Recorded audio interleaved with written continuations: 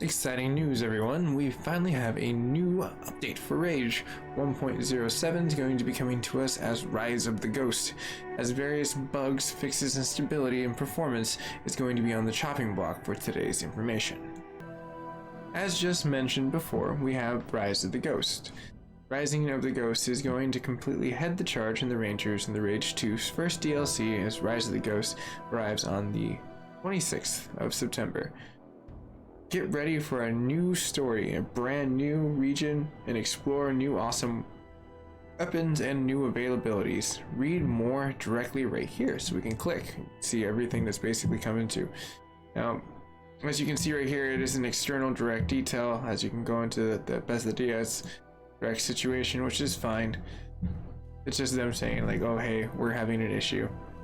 So all this stuff will be linked down directly below as we kind of get into like the actual physical patch note, and you can see a little bit more of the situation of what they're going to be giving us, as they have a directable portion right over here.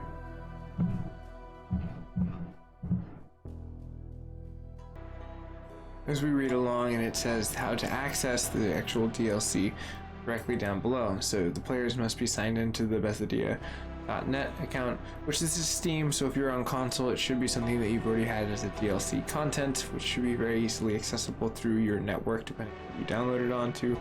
And then the DLC can be accessed as soon as the player completes the Ranger mission and visits any of the trader towns in the main game. This player will receive a radio call when leaving any trade town, which marks the location of the arc that starts the first mission for the DLC.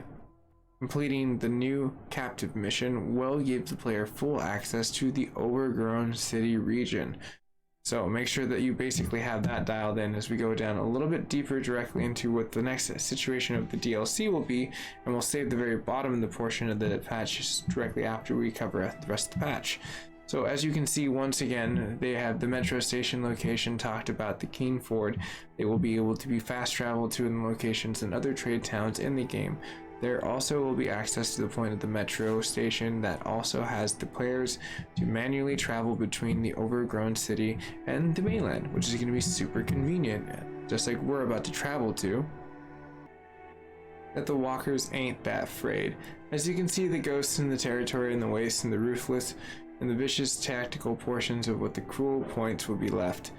Now we're going to have a new portion of what we call survival. As you can scroll down and start seeing a little bit more of the architecture, what lies ahead for all of us in this new expansion that they're kind of giving us, when, where, and how the situation of what the platform is going to be crossing across, as the new storyline expansion brings new story, new enemies into the ghost formation, which is the very much title, Rise of the Ghost, and the new region that explores the overgrown city, the new weapons, as well as another void of your abilities, and the ghost motorcycle, which is pretty cool. You can also pick up the digital deluxe upgraded, which were 2,000 Rage coins for $20.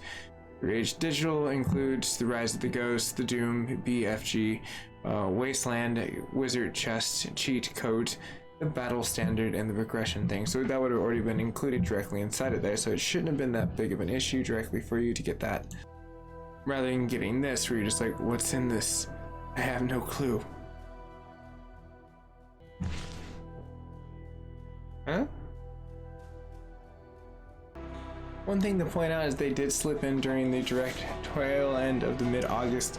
There was a stability crash and fix that the PC got, so the more likely we're going to be getting on top of more solid fixes for this actual physical patch. Wanted to point this one out directly before going into the deeper details of the patch before we sum it up.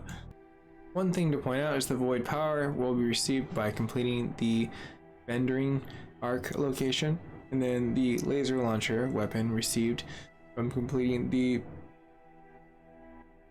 recondite arc location. So it's basically you're gonna have to go down all the arcs in order to physically go down everything and finish it off. Shock grenades support items can now be picked up in various locations in overgrown cities.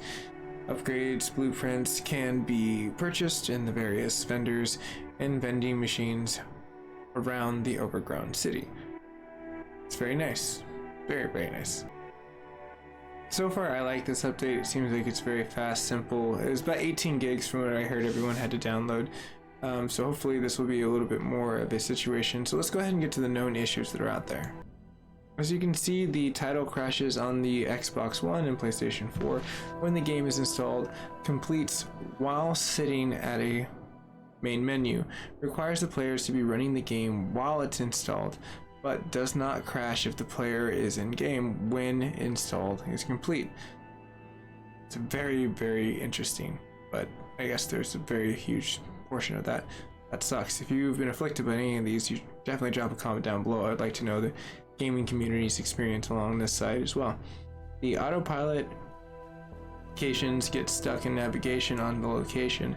If the autopilot vehicle is having trouble navigating to the location, the player can manually pilot the vehicle to the main road, at which the point autopilot should continue. Also, it's like Red Dead Redemption. It's the same thing. You just go towards the center and then you're pretty much exactly back to the situation. Both point the same.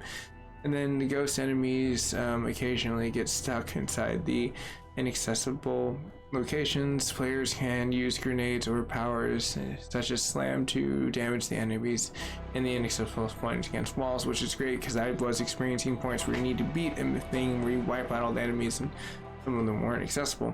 And then you have the portions of some of the undiscovered locations marked with a question mark are empty and can be discovered by visiting them.